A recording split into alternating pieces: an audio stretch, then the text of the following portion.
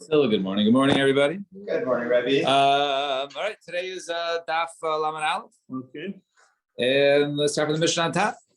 And away we go. Hanayder Nishayvsei Shabbos. So one who goes ahead and makes a neder from those that rest on Shabbos, Asr b'Yisrael, v'Asr b'Kusim. So who's considered those that rest on Shabbos? It's the Yisrael, it's the Kusim, who has sort of had a questionable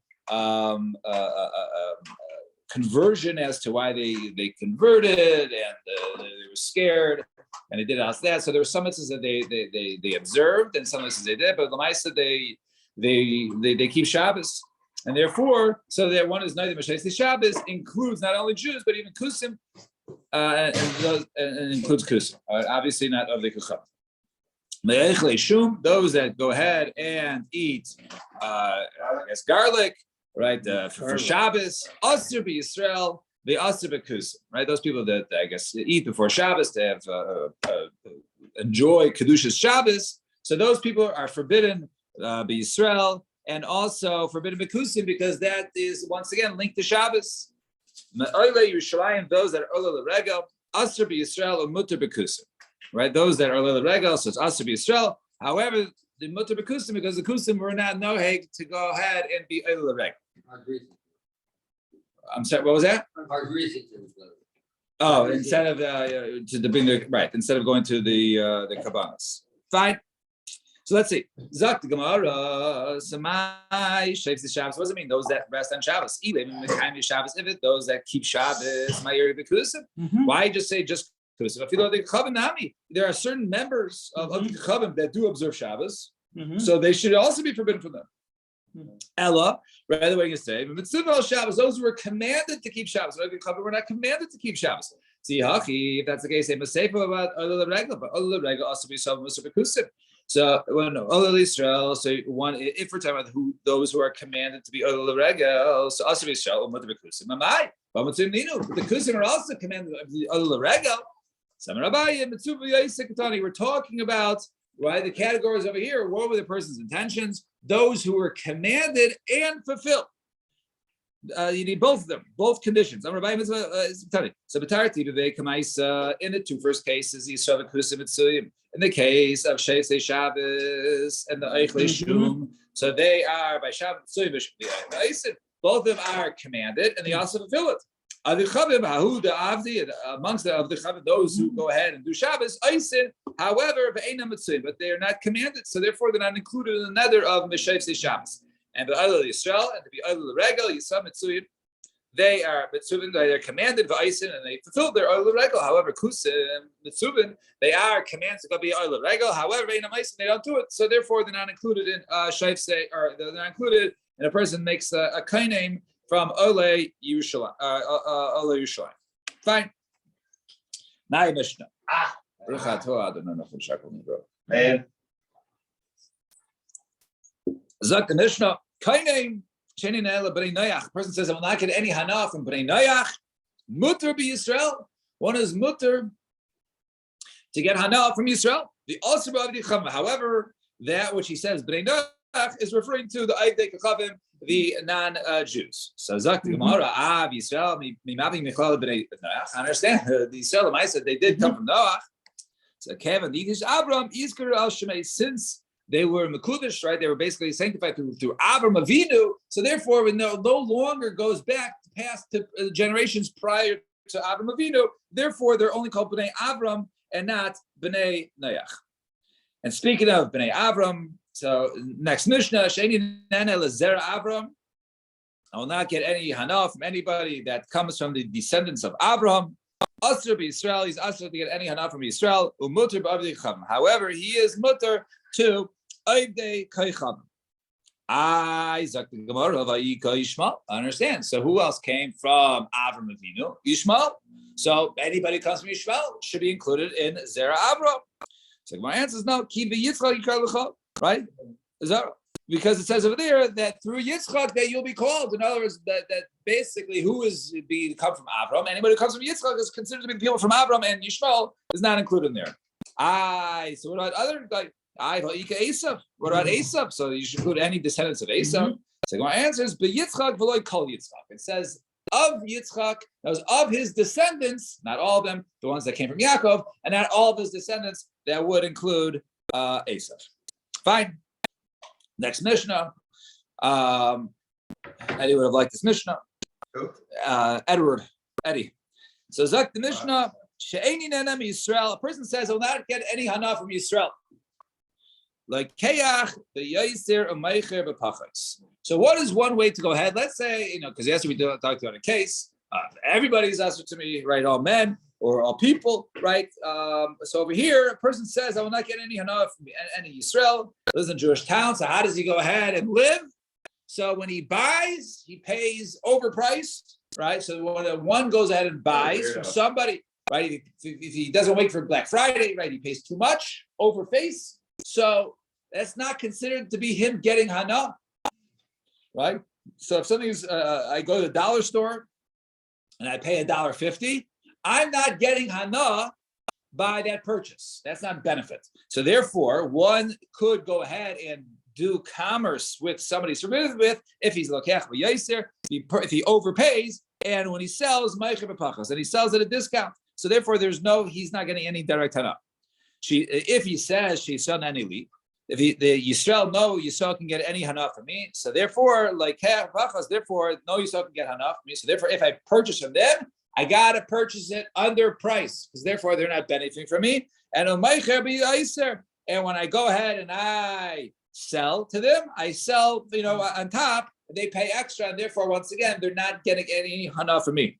However, by the way, they ain't showing law, right? No one's going to listen to them just because, hey, I made another from you. You can't get hana from me, so you got to pay, right? You got to pay, right? You got 20% premium. They'll say, thanks, but no thanks. If he says, if he says, hey, they can't get hana from me, I can't get from them, I'm done with anybody who's Yisrael. Yeah, now he's allowed to go ahead and better go ahead and do your commerce with the Ovdei Kachavim, because then you can go ahead and buy and sell. Because otherwise, he wouldn't even be able to overpay or overcharge in the other case because the nether was going both ways. Fine. Zok the Gemara. Omar Shmuel says Shmuel halokeach kli min uman. One who goes ahead and takes a vessel from an uman, from a craftsman, someone who made something, he's trying to sell it. So and he wants to go ahead and check it out. So he's checking it out. He's playing with it in the store, whatever it is. Venenas and an inus happens. Wasn't really his fault. Venenas biado chayiv. The buyer is chayiv for doing damage. So the buyer is chayiv. Alma. What do you see from over here? Shmuel says, what do you see from this case? Ksaber hanas lokeachi, right? The hana is with the buyer. In other words, like this. Let's think about this for a second. The guy is in the store and he wants to go ahead and check it out. Now, if the item was in the possession of the seller and inus happens while I'm holding it, so therefore he wants me to go ahead and look at it if an accident happens. So therefore, it's on the store owner.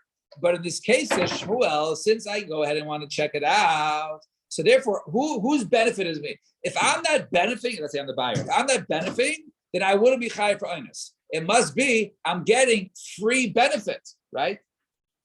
I'm getting free benefit, right? And they're like a shaya, right? I'm a borrower, right? And therefore, a borrower is chayav in the case of inus, right? So therefore, in this case, right, since I'm borrowing it, right, it's for my benefit. When one borrows something, it's for his benefit. Therefore, he's chayav. So what do you see over here? That the hana of somebody, is with the buyer. If he goes out and purchases, so the hana of the buyer. So now let's go ahead and compare and contrast with our Mishnah. So tonight we got in the Mishnah, Israel. Let's look at the first case. First case, it says, I will not get any hana for Yisrael. So meicher b'pachas.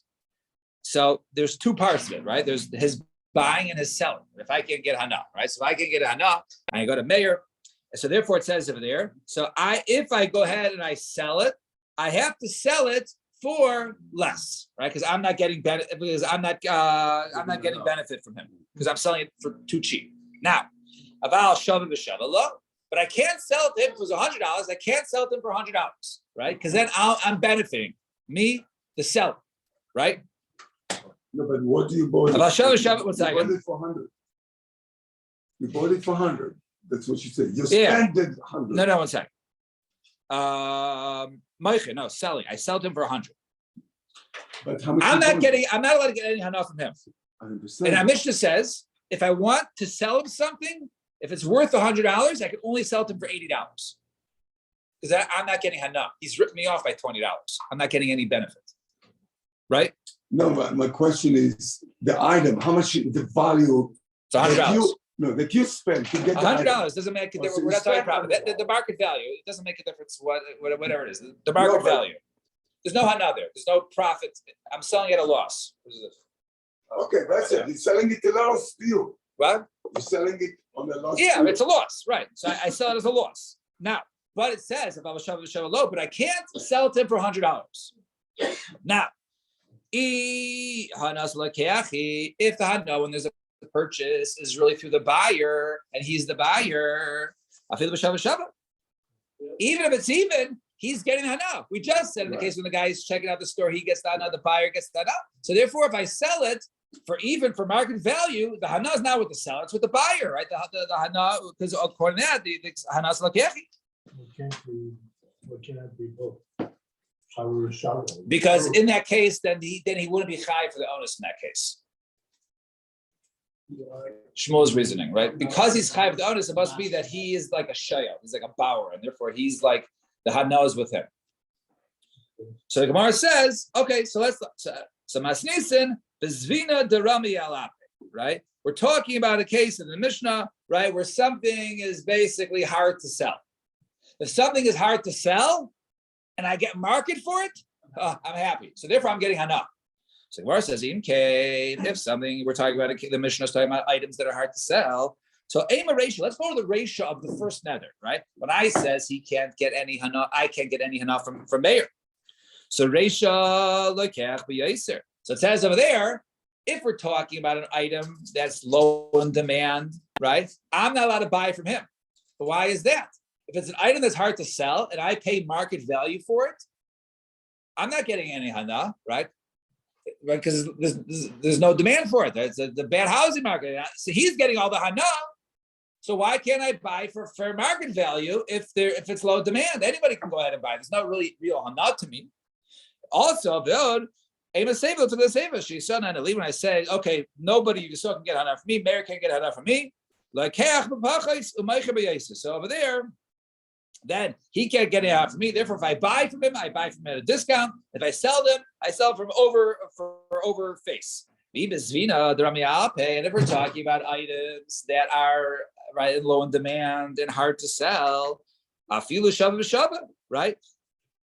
If it's hard to sell, then I should be able to even go ahead and sell it to him for fair market. Mm-hmm. So save it. So therefore he says. So I feel shava v'shava. So my answer is save it bezvina charifa. But So fair market, you still have hana. If you sell it to him in fair market, you get hana.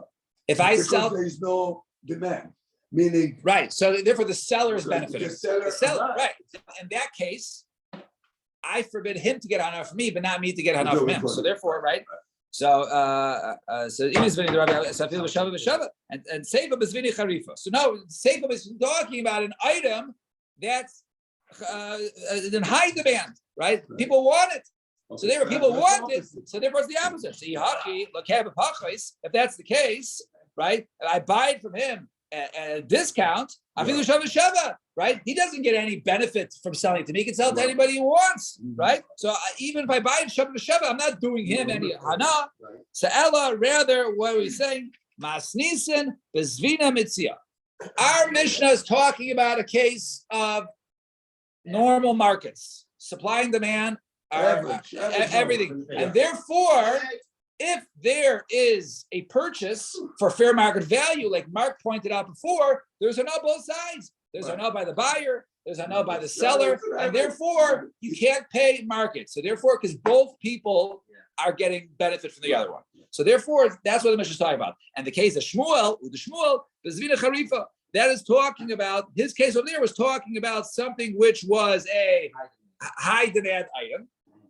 And therefore, all the hana in that case is with the buyer. And therefore, if an inus happened in the buyer's hand, therefore the buyer would be chayav like a shayel, the person who's getting all the benefit and none to the to the lender. Fine.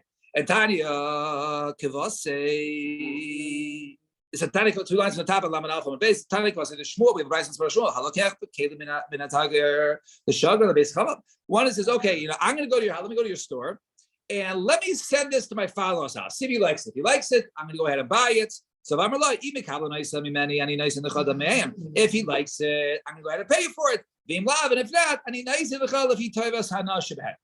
if not, I'll pay you a few bucks for the benefit I'm getting by my father-in-law, knowing now that I was offering to buy him a gift. So since I was buying him a gift, there's a small value to it, right? There's a value for me to know that I offered him something. So therefore, I'll pay you those, a few bucks. Not really. Okay. So that was an ashben. So Nensu, now let's say an inus happened with this item, right? There was a vase, right? So Ba'alicha, if it's on the way to my father-in-law's house, Ba'alicha, chai, then I am chai, because the hana is with me. The chazara, but going back, then it's pater, because that's really, I'm bringing it back to him, and I'm already have to pay a few bucks to him, but therefore, he already earned his money. I'm bringing it back for the benefit of the seller. So therefore, I would be pater, but the seller would be chayav. He's like a person who's go ahead and pay to do it. Sahu Safsira, the Shagul Chamre, this Bune, there was a person who was a middleman, right? He was a middleman. He would buy, right? He was a broker. He would buy animals or consignment, right? He would take animals and sell to others, and then he would just pay the person then. So the Shagul Chamre, the Zvune, to go ahead and sell it the lo yizvan, and he wasn't able to sell it. Bahadi, he wasn't able to sell where he went. The Hadar, and then he couldn't sell it, so he said, okay, I'm going to bring back the donkey to the to the store, to the owner, the other, and eat this chamra. So then there was Eines and Chayve Rav Nachman l'shlume. Rav Nachman obligated this guy who was returning it to the seller to pay for it. Now we had before in the case over there, we said the guy said to his father-in-law's house, if he's on the way there, he's chayv. But if on the way back, he is pater. And over here, it's saying he's bringing the donkey back, and the Eines happened, the donkey died. He is chayv. We just said Rav Nachman taught that it was Eines on the way there is chayv, and the way back is pater. So why over here is this middleman?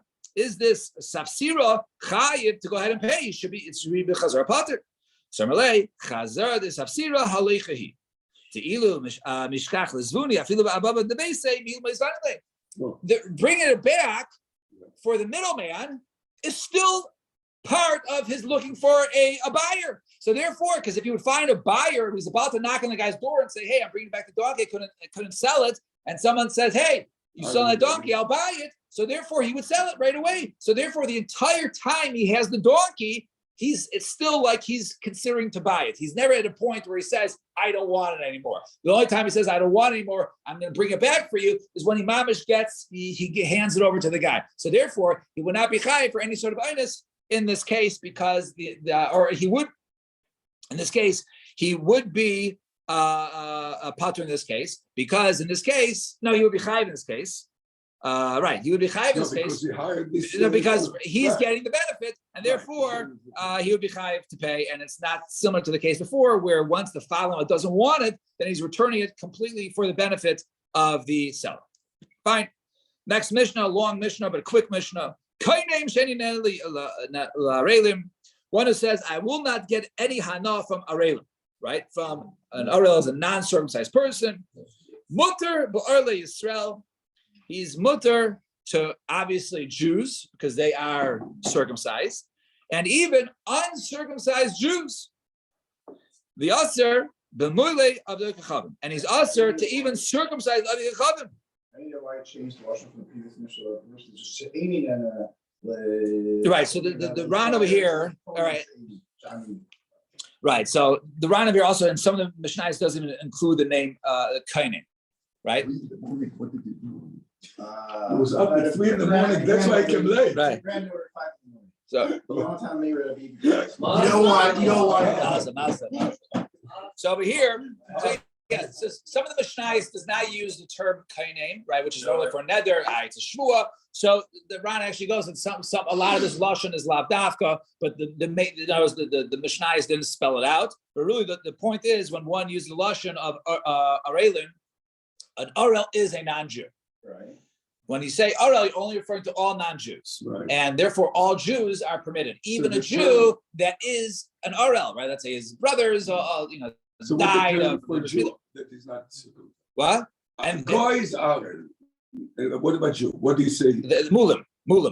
If he says the next case, A Jew that was not circumcised. he's still called an arel, but when it comes to nedarim, Yes. he's not included when a person says, "I will not benefit from it." Right. That's why the word does that talk about that? No. So really, kainem is the nether. All the Mishnah should be kainem, right? Kainem, right? This, right? Kainem she'eni neder le'arelim, right? In other words, this item is a kainem, right? This item over here, this apple is, or the kainem is all the possessions of early, right? So kainem she'eni neder le'arelim mutar barli. So if he says it the other way around, kainem regarding getting hana from mulim, right, from those who are circumcised, aser. So he's aser of all Jews, even aser barli Yisrael. Jews have been uncircumcised because they're still called mulim, because that's another term for Jews, right? Mutter, but muli Avichavin, he's also mutter, and Avichavin was uncircumcised. Shein ha'arla krui el l'shem Avichavin, because Arela, right, is a reference to the name of Avichavin. Shinamar, as the pasuk says, ki kol hagoyim arelim. It says there all the nations are called arelim. B'chol Beis Yisrael arle leiv, and over there the Beis Yisrael they're arle leiv. Right, they're covered hearts, but they're not considered to be, arelim. And furthermore, more psukim, haya plishti ha'arel hazeh. This plishti was ha'arel hazeh. Aimer pen tisbechena b'nais plishtim. Right, lest the daughters of plishtim will rejoice, and pen hazeno b'nais ha'arelim, or they will go ahead and also be jubilant. Right, the b'nais ha'arelim, also another word for the gayim, right, is called arelim. Right,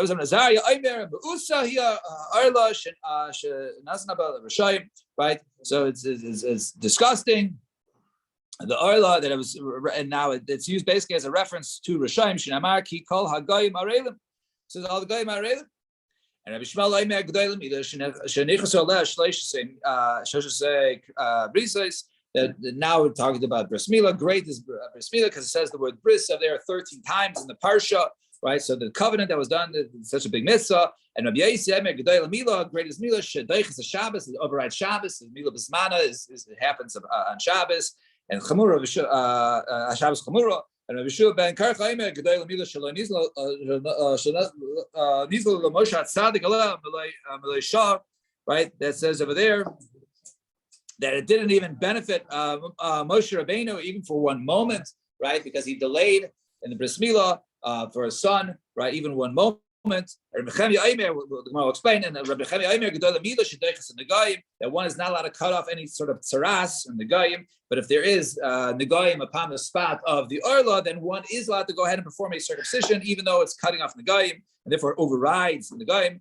Rabbi Aimer Gedol Milah Shekal Mitzvah Shasa Avram Avinu Leinika Shalim Ad Shemal. Right, he was never called Shalom. Even all the mitzvahs that Abraham Avinu did, he was never called Shalom until after he had bris milah. And Amar Zabal says, he said, "Right, go before me, then you'll be complete." And the Baracher Gedol Milah Shimlei, he lo Barak Hakadosh Baruch Hu Hakadosh Baruch Hu would not have created the world. And Amar Zabal says, "Koma Hashem imloi barisi," right, using the lashon of bris, the covenant, the bris milah, right, Yomam B'Layla Chukas Hashemayim V'Aretz Lo Samti, right. If it wasn't for the bris, all right, also the covenants of the day and night. Then the Shemayim Aretz, then I would not have gone and created. So if it wasn't for circumcision, the mitzvah of circumcision, then the world would not have been created. The world would not have been created. Fine. Zak. Yeah. Yeah. Wow. Yeah, look at you. Yeah. Mamish for the night tonight, guys. So Tanya, we're going to rice. Who knows what else? It's like the Gemara. Tanya Rabbi Shua ben Karcha Aimer. Gedol Milah. Shechol Zuchuya She'asa Moshe Rabbeinu. All the schools Moshe Rabbeinu had, like Amdu Lo Shenishvasham in Amila. Right. All of them didn't help protect him when he's basically lax. Right. In the midst of Milah, Shnamar says, right. And Hashem, he wanted to go ahead and kill him. He wanted to kill him from delay. So Amar Rabbi, who's the Gemara? Amar, I don't know. Fine. Let's see it. So Rabbi Chaz v'Shalom Moshe Rabbeinu is Rasham in a Milah. Chaz v'Shalom to say that Moshe Rabbeinu was lax in the midst of Milah, he didn't take it seriously. Kach Omar, he says like this: they were over there in Mitzrayim, they were outside, right? They were in the I guess Midian. They had to go back to Mitzrayim. So Emel, if I go ahead and give a bris milah now, the right time, Beitzei, and then I go ahead, travel back to Mitzrayim, Sakani. Right, it's very dangerous. Right, the third day is the worst. So you travel on the way good. So Emel, if I should go ahead and give the bris milah here now to my son, and then wait here 3 days, so that's the case. So why was he punished? Moshe,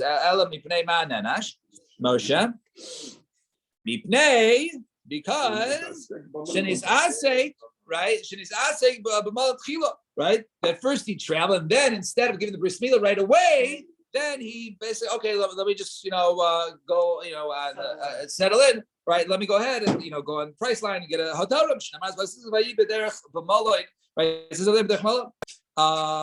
more minutes, 3 minutes. Yeah, this is just we'll stop here.